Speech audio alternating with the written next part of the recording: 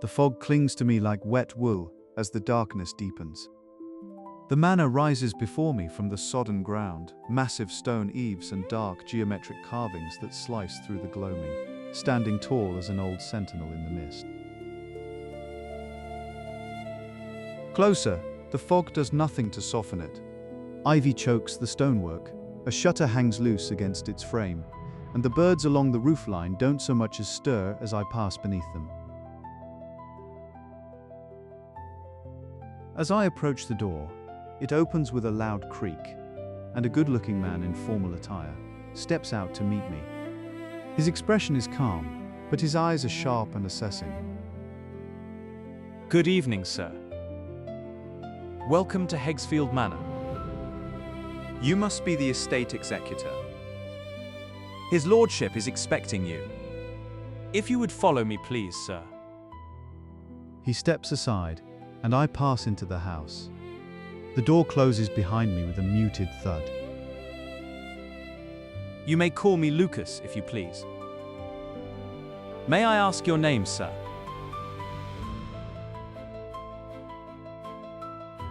Thank you, Inspector. It is a pleasure to meet you. His lordship has been expecting you for some time. He is eager to discuss the matter that brings you here. He steps slightly to the side, clearing the path toward the vast, dark maw of the entrance hall. His lordship spoke of your purpose. He mentioned you have come regarding certain business within these halls.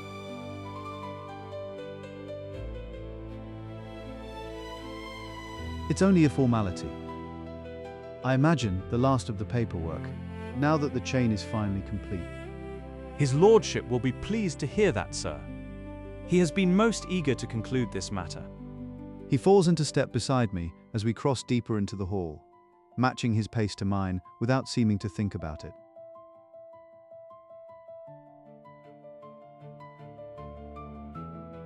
Longer than the years are worth counting. My family has been part of these halls longer still. We are woven into the very stone and history of this place. The house does not release its own so easily, Inspector. Nor, I think, would I know what to do with myself outside it. His lordship will receive you shortly. In the meantime, allow me to show you around. The library greets me with the scent of old vellum and the weight of centuries packed into towering oak shelves. The light here is dim, filtered through high windows to cast long, heavy shadows that seem to pool on the floor like ink. Towards the center of the room, near a desk cluttered with various ledgers, a man sits in a comfortable chair while reading an old-looking book. I approach him, my own footsteps sounding much louder than intended in the muffled space. He straightens at the sound of me, one hand still resting on the spine of a book he hasn't quite let go of, before he offers a sheepish, tentative smile. He pulls his hand slightly back from the desk, as if checking for the permanence of his own presence here.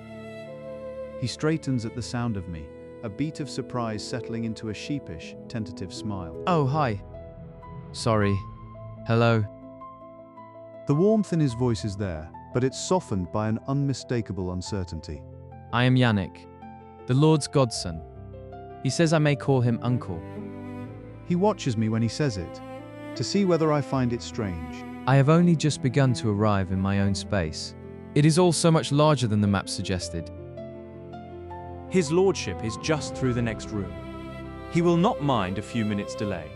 Everything here is so big and old. Oh, thank you. He lets out a soft, hesitant breath, his fingers tracing the deep grain of the oak table, as if he needs the contact to stay grounded. It is not often people come up here for nothing in particular. To have someone actually visit, it feels quite special. Back home, I don't think I left a 5-mile radius in 18 years. Here, I just walk and there's always somewhere new. It's a lot, but it's a good lot. The book in his hand is old, the spine worn soft. He holds it the way you hold something you think you might damage.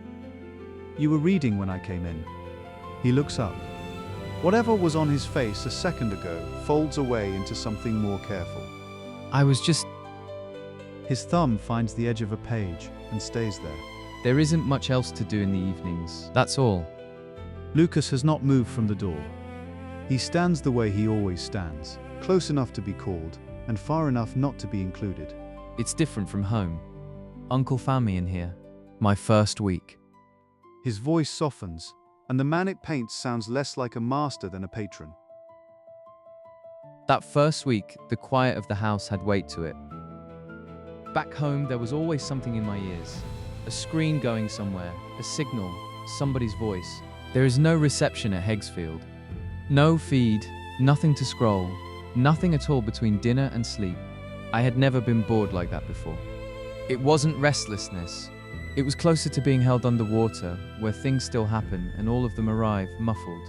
So I went to the library, because there was nowhere else to go. I was in the wing chair with a stack of books on the table beside me when he found me. He didn't sit. He stayed a pace or two off, a tall shape in the dim, looking at the spines I had pulled down rather than at me. I've never really read anything. I said it looking up at him, my ears going hot. I was aware of my old maroon t-shirt and my shorts among all that leather and dark wood. Not properly. Not unless somebody made me. I told him and handed him the admission the way you hand somebody a bill you can't pay. He took his time with that, and whatever he thought of it stayed off his face. What did they make you read? He finally asked. Something long. There was a war in it. I got about 40 pages in. 40 pages is further than most men get, and none of them will say so. He said it without turning round, still reading the shelf. You are not in anyone's way, by the way. Sit. Then he waited. He let the quiet stand there and did not appear to need anything from it. And that was the strange part. Nobody had ever spent time on me without wanting the time back. I suppose that you might want somewhere to start. The memory thins out there,